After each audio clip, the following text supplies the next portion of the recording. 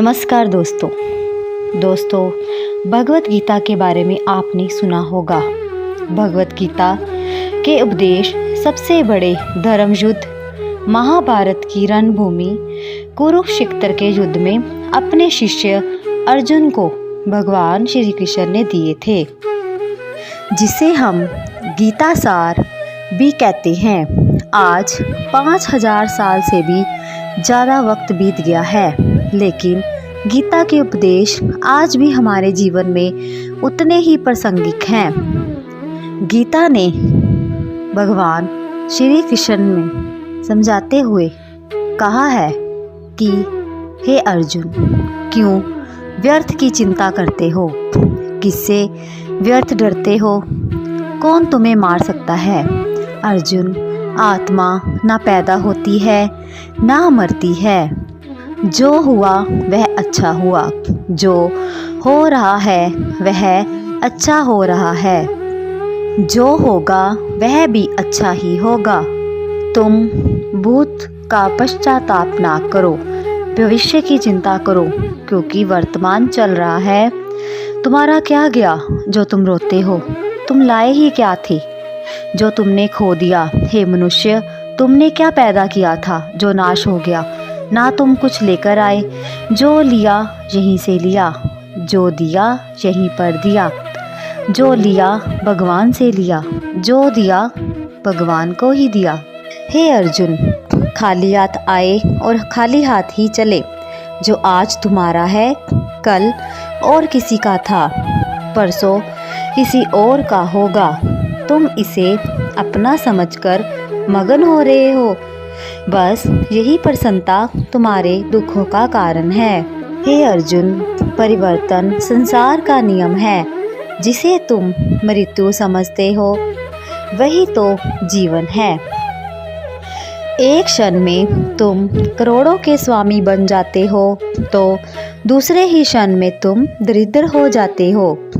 मेरा, तेरा, छोटा, बड़ा, अपना, पराया मन से मिटा दो, फिर सब तुम्हारा है और तुम सबके हो।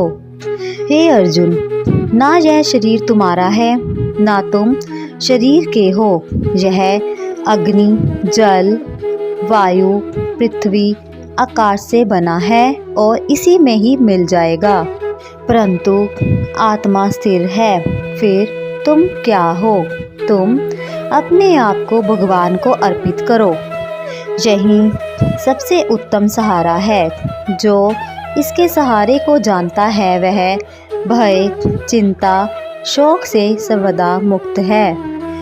जो कुछ भी तू करता है उसे भगवान को अर्पण करता चल। ऐसा करने से सदा जीवन मुक्त का आनंद अनुभव होगा। इस गीता सार में श्री कृष्ण ने अर्जुन से कहा कि हर इंसान के द्वारा जन्म मरण के चक्र को जान लेना बेहद आवश्यक है, क्योंकि मनुष्य के जीवन का मात्र एक ही सत्य है और वो है मृत्यु। क्योंकि जिस इंसान ने इस दुनिया में जन्म लिया है उसे एक दिन इस संसार को छोड़कर जाना ही होता है। भगवान श्री कृष्ण ने गीता के उपदेश में कहा है कि क्रोध से भ्रम पैदा होता है और भ्रम से बुद्धि का विनाश होता है। वहीं जब बुद्धि काम नहीं करती तब तर्क नष्ट हो जाता है और व्यक्ति का नाश हो जाता है। इस तरह हर व्यक्ति को अपने गुस्से पर काबू करना चाहिए। वहीं अगर क्रोध पर काबू नहीं किया गया तो इंसान कई गलत कदम उठा लेता है। वहीं जब क्रोध की भावना इंसान के मन में पैदा होती है तो हमारा मस्तिष्क भी सही और गलत के बीच अंतर करना छोड़ देता है। इसलिए इंसान को हमेशा क्रोध के हालातों से बचकर हमेशा शांत रहना चाहिए, क्योंकि गुस्से से लिया गया फैसला इंसान को गहरी क्षति पहुंचाता है। श्री कृष्ण जी ने बताया है कि कोई भी व्यक्ति अपने कर्म को नहीं छोड़ सकता, अर्थात जो साधारण समझ के लोग कर्म में लगे रहते हैं उन्हें उस मार्ग से हटाना ठीक नहीं, क्योंकि वे ज्ञानवादी नहीं बन सकते। वहीं अगर उनका कर्म भी छूट गया तो वे दोनों तरफ से भटक जाएंगे और प्रकृति व्यक्ति को कर्म के लिए बाध्य करती है। जो व्यक्ति कर्म से बचना चाहता है वह ऊपर से तो कर्म छोड़ देता है, लेकिन मन ही मन उसे डूबा रहता है।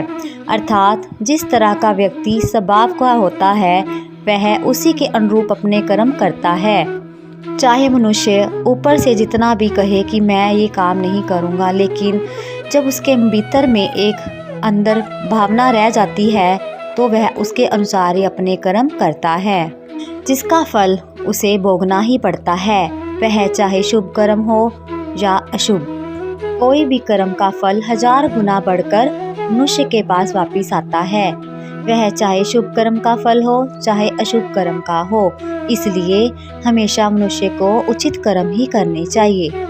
जो लोग कर्म नहीं करते और पहले से ही परिणाम के बारे में सोचते हैं, ऐसे लोगों के लिए श्री कृष्ण जी ने कहा है कि इंसान को अपने अच्छे कर्म करते रहना चाहिए। यह नहीं सोचना चाहिए कि इसका क्या परिणाम होगा, क्योंकि हर कर्म का फल हर इंसान को मिलता है। इसलिए इंसान को इस तरह की चिंता को अपने मन में जगह नहीं देनी चाहिए। कृष्ण जी ने बोला कि हर मनुष्य को खुद पर पूरा भरोसा रखना चाहिए, क्योंकि जो लोग खुद पर भरोसा करते हैं वह निश्चय ही सफलता हासिल करते हैं। वही इंसान जैसा विश्वास करता है वह वैसा ही बन जाता है। जाहिर है कि मनुष्य के सुख और दुख में मन की स्थिति एक जैसी नहीं रहती। सुख में मनुष्य ज़्यादा उत्साहित होता है और दुख में वह बेकाबू हो जाता है। इसलिए सुख और दुख दोनों में ही मनुष्य के मन की समान स्थिति हो, इसे ही योग कहा जाता है।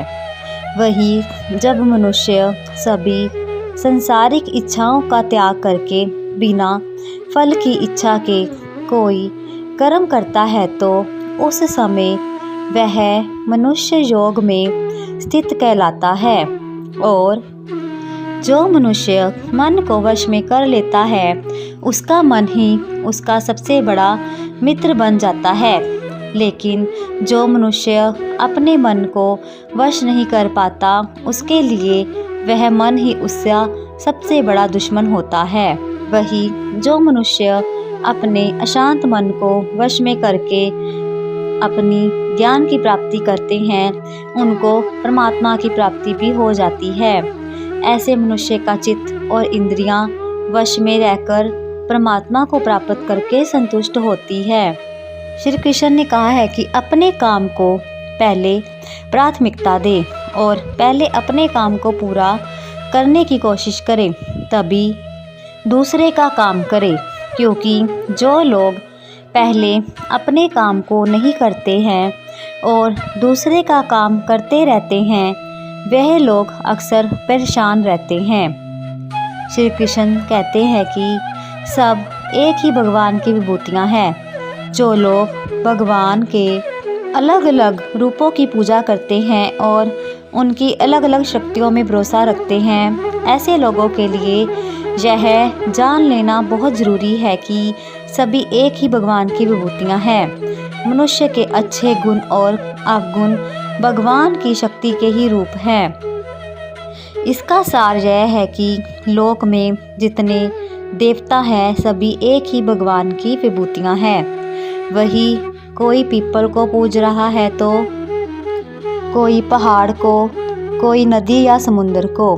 असंख्य देवता है जिनका कोई अंत नहीं है। लोग अपनी अपनी आस्था के मुताबिक देवी देवताओं के अलग अलग स्वरूपों की पूजा करते हैं, लेकिन जो लोग सच्चे मन से भगवान की आराधना करते हैं और अपना पूरा ध्यान भगवान की भक्ति में लगाते हैं वे लोग पूर्ण सिद्ध योगी माने जाते हैं। वहीं जो मनुष्य परमात्मा के सर्वव्यापी, अकल्पनीय, निराकार, अविनाशी, अचल, स्थित स्वरूप की उपासना करता है और अपनी सभी इंद्रियों को वश में करके सभी परिस्थितियों में समान भाव से रहते हुए सभी प्राणियों के हित में लगा रहता है, उस पर ईश्वर की कृपा जरूर बरसती है। भगवान श्री कृष्ण ने अर्जुन से कहा, हे अर्जुन, अपने मन को मुझ में ही स्थिर कर दो और अपनी बुद्धि को मुझ में ही लगा दो। इस तरह से तू निश्चित रूप से मुझ में ही हमेशा निवास करेगा। वही अगर तू ऐसा नहीं कर सकता है तो भक्ति योग के अभ्यास द्वारा मुझे प्राप्त करने की इच्छा पैदा कर सकता है। इस तरह तू मेरे लिए कर्मों को करता हुआ मेरी प्राप्ति रूपी परम सिद्धि को प्राप्त होगा। श्री कृष्ण ने गीता सार में उन लोगों के लिए इस उपदेश के माध्यम से बड़ी सीख दी है जो लोग दूसरों की भलाई पर ध्यान नहीं देते हैं और सिर्फ अपना मतलब साधने में लगे रहते हैं। उन लोगों का कभी भला नहीं होता। इंसान का स्वार्थ उसे अन्य लोगों से दूर ले जाकर नकारात्मक हालातों की तरफ धकेलता है, जिसके चलते व्यक्ति अकेला रह जाता है। गीता में यह कहा गया है कि स्वार्थ शीशे में फैली धूल की तरह है, जिसकी वजह से व्यक्ति अपना प्रतिबिंब नहीं देख पाता। गीता सार में यह भी कहा गया है कि ईश्वर हमेशा मनुष्यों का साथ देता है। वही जब व्यक्ति इस प्रभावशाली सत्य को मान लेता है तो उसका पूरा जीवन बदल जाता है। सृष्टि निर्माता ईश्वर ही है जो संपूर्ण जगत को चला रहा है। वही इंसान तो बस ईश्वर की हाथ की एक कठपुतली है। इसलिए इंसान को कभी अपने भविष्य या फिर अतीत की चिंता नहीं करनी चाहिए, क्योंकि हर विकट परिस्थिति में ईश्वर इंसान का साथ देता है और उसे मुश्किल से बाहर निकालता है। इसलिए हम सभी को ईश्वर पर भरोसा रखना चाहिए। भगवान श्री कृष्ण कहते हैं कि मैं ही सबकी शुरुआत हूँ। मैं शुरू से भी पहले था और सब खत्म होने के बाद भी रहूँगा। सब मुझ में है और मैं सब में हूँ। जो भी तुम छू सकते हो, देख सकते हो, चख सकते हो या सुन सकते हो, वो सब मैं हूँ। ये नदियाँ, पहाड़, सूरज, ग्रहण, चांद, सितारे सब मैंने बनाए हैं। मैंने ही भगवान, शैतान, राक्षस और इंसान बनाया है। मैं सर्वव्यापक हूँ। मैं सब में रहता हूँ। मैं ही हूँ। मैं ही ब्रह्मा बनकर सब बनाता हूँ और रुद्र बनकर सब नष्ट कर देता हूँ। मैं ये सृष्टि यूं ही बनाता हूँ और यूं ही तोड़ता रहता हूँ, ताकि आत्माओं को मौके मिल सके इस जन्म और मृत्यु से मोक्ष पाने को, हमेशा परमात्मा के साथ रहने को। भगवत गीता में कृष्ण जी कहते हैं कि इस सब से बड़ी परीक्षा के लिए परमात्मा ने प्रकृति का निर्माण 5 तत्व हवा, अग्नि, जल, पृथ्वी और ईथर से किया है। पर परमात्मा खुद इन 5 इंद्रियों के समझ से बाहर है। उन्हें आत्मा इन इंद्रियों से नहीं जान सकती। आत्मा 5 इंद्रियों के साथ वैसे ही है जैसे एक लोहे का रोबोट, जिसे अपने बनाने वाले का कोई पता नहीं। अर्जुन को भी परमात्मा का विराट रूप देखने के लिए भगवान श्री कृष्ण ने दिव्य नेत्र दिए। हे अर्जुन, आत्मा अजन्मी है। इसे कोई मार नहीं सकता, कोई जला नहीं सकता, कोई डुबा नहीं सकता, कोई काट नहीं सकता। लेकिन आत्मा को परमात्मा के साथ हमेशा रहने के लिए ये परीक्षा रूपी जीवन में बैठना ही पड़ेगा। इस परीक्षा के लिए परमात्मा से बिछड़ के आत्मा को पृथ्वी पे किसी न किसी रूप में जन्म लेना पड़ता है और 88,000 करोड़ योनियों को जीने और भोगने के बाद एक आत्मा को मनुष्य का शरीर और दिमाग मिलता है। इस सबसे बड़ी मर्यादाओं की परीक्षा में बैठने के लिए हर मनुष्य को इस पूरी परीक्षा के दौरान तरह तरह की अच्छी और बुरी भावनाओं की चक्रव्यूह में अपने ही भाई बहन और मित्रों को साथ में डाला जाता है, जिसमें हर आत्मा को अपने अंदर के तामसिक और राजसिक अवगुणों से निकल के सात्विक जीवन में प्रवेश करने के मौके मिलते हैं। हमारे तामसिक गुण वो है जो हमारे अंदर हीन भावना पैदा करके हमें खुद को उदास और नुकसान पहुंचाते हैं, और हमारे राजसिक गुण हमें ईर्ष्यालु और लोभी बना के दूसरों के प्रति नुकसान पहुंचा सकते हैं। इस परीक्षा के दौरान हर आत्मा को तामसिक और राजसिक गुणों को खत्म करके अपने सात्विक गुणों से परिचित होना पड़ेगा। सात्विक गुण वो है जो आत्मा को अपने आसपास की हर चीज़ से जोड़े और उन्हें प्यार रखना सिखाती है। परीक्षा के दौरान हर आत्मा को जीवन के 4 स्तंभ धर्म, अर्थ, काम और मोक्ष का ज्ञान पाके ही मुक्ति मिलती है। यही वो द्वार है जिन्हें समझकर ही आत्मा परमात्मा को समझ सकती है। पहला द्वार धर्म का है और शेर इसका प्रतीक है। धर्म वही है जो गीता में लिखा है कि जो धारण किया हुआ है, जिसे आपका दिल मानता है, जैसे झूठ नहीं बोलना, चोरी नहीं करना, भगवान का निरादर नहीं करना, दूसरों को नुकसान नहीं देना, यही धर्म है।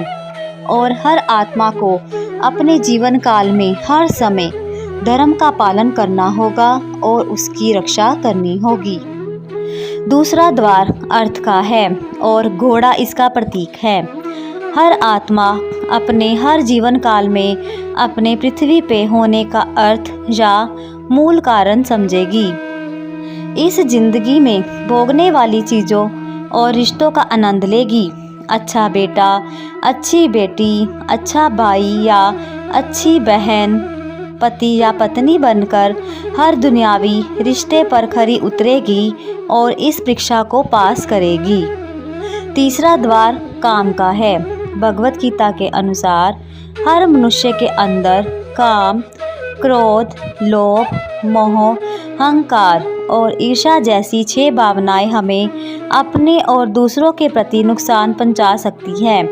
इन भावनाओं को हर मनुष्य को हमेशा अपने नियंत्रण में रखना होगा, क्योंकि इनके बहाव में किया हुआ कोई भी काम हमारे जीवन भर की परेशानी का कारण बन सकता है। और एक आत्मा संतोष और सादगी से इन भावनाओं पर हमेशा के लिए विजय पा सकती है। चौथा स्तंभ मोक्ष का है और हाथी इसका प्रतीक है। इस परीक्षा रूपी जीवन में हर मनुष्य हर समय कुछ इच्छाएं करता है। कुछ इच्छाएं एक ही जन्म काल में पूरी हो जाती है और कुछ अधूरी रह जाती है, और उनके पूरा होने के लिए आत्मा को वापस पृथ्वी पर आना पड़ता है। हमारी इच्छा ही मूल कारण है हमारे पृथ्वी पर वापस आने का, और अगर हम कोई भी इच्छा ना रखें तो इस जीवन और मृत्यु से मुक्त हो सकते हैं। यह द्वार माफ़ी का भी है। जिन्होंने आपके साथ बुरा किया उनको माफ़ करके और जिनने आप में बुरा किया उनसे माफ़ी मांगकर मुक्ति पाई जा सकती है। जब तक आत्माएं इन चारों दरवाज़ों धर्म, अर्थ, काम और मोक्ष को समझ नहीं लेती, तब तक इस आत्मा को बार बार मनुष्य के रूप में आना ही पड़ेगा। हे अर्जुन, परीक्षा का समय खत्म होते ही आत्मा शरीर और अन्य सब वस्तुओं का त्याग कर देगी। जो भी संसार में रहकर बनाया है वो अब किसी और का होगा, और आत्मा अपने कर्मों के फैसले के लिए चली जाती है। आत्मा के अच्छे बुरे कर्मों का हिसाब होता है। अपने अच्छे कर्मों के लिए आत्मा कुछ वक्त के लिए स्वर्ग और दुष्कर्मों के लिए नरक चली जाती है। नरक में आत्मा को अपने पापों के अनुकूल सजाएं मिलती हैं, पर सजा खत्म होने के बाद आत्मा और फिर से नया जीवन और नया शरीर मिलता है। इस परीक्षा में फिर से बैठने के लिए और हर परीक्षा में फिर सब दोहराया जाएगा। जिंदगी के 4 स्तंभ धर्म, अर्थ, काम और मोक्ष को समझने के लिए हर जन्म में अपने कई जन्मों के कर्मों के हिसाब से हर आत्मा को कभी अच्छे तो कभी बुरे हालातों से जाना पड़ता है। लेकिन जब तक आत्मा परमात्मा के साथ योग को नहीं समझ लेती तब तक वो मुक्ति नहीं पा सकती। भगवत गीता में श्री कृष्ण कहते हैं कि अगर किसी आत्मा को धर्म ना भी समझ आए, योग ना भी समझ आए, पर वो मेरी शरण में आ जाए तो मैं उसके सारे पाप माफ़ कर देता हूँ। परमात्मा को ऐसी दिल की गहराइयों से पुकार के पाने को भक्ति योग कहते हैं। चैतन्य महाप्रभु, मीराबाई और भगवान हनुमान इस योग के सबसे बड़े उदाहरण हैं। लेकिन कभी आत्मा अपने होने का मूल कारण भूल के धर्म का उल्लंघन करे तो या पाप के रास्ते पर निकल जाए, उसे ठीक करने के लिए परमात्मा को खुद किसी रूप में पृथ्वी पे जन्म लेना पड़ता है। तो दोस्तों, ये था भगवत गीता का सार। ज़िंदगी के असली मायने समझने और परमात्मा के सार को योग लगाएं। ये भगवत गीता का सार अगर आपको पसंद आया तो औरों के साथ ज़रूर शेयर करें, ताकि सब आत्माएं अपने यहाँ होने का मूल रूप समझे और इस जन्म और मृत्यु से मुक्ति पाके हमेशा परमात्मा के साथ रहे। धन्यवाद।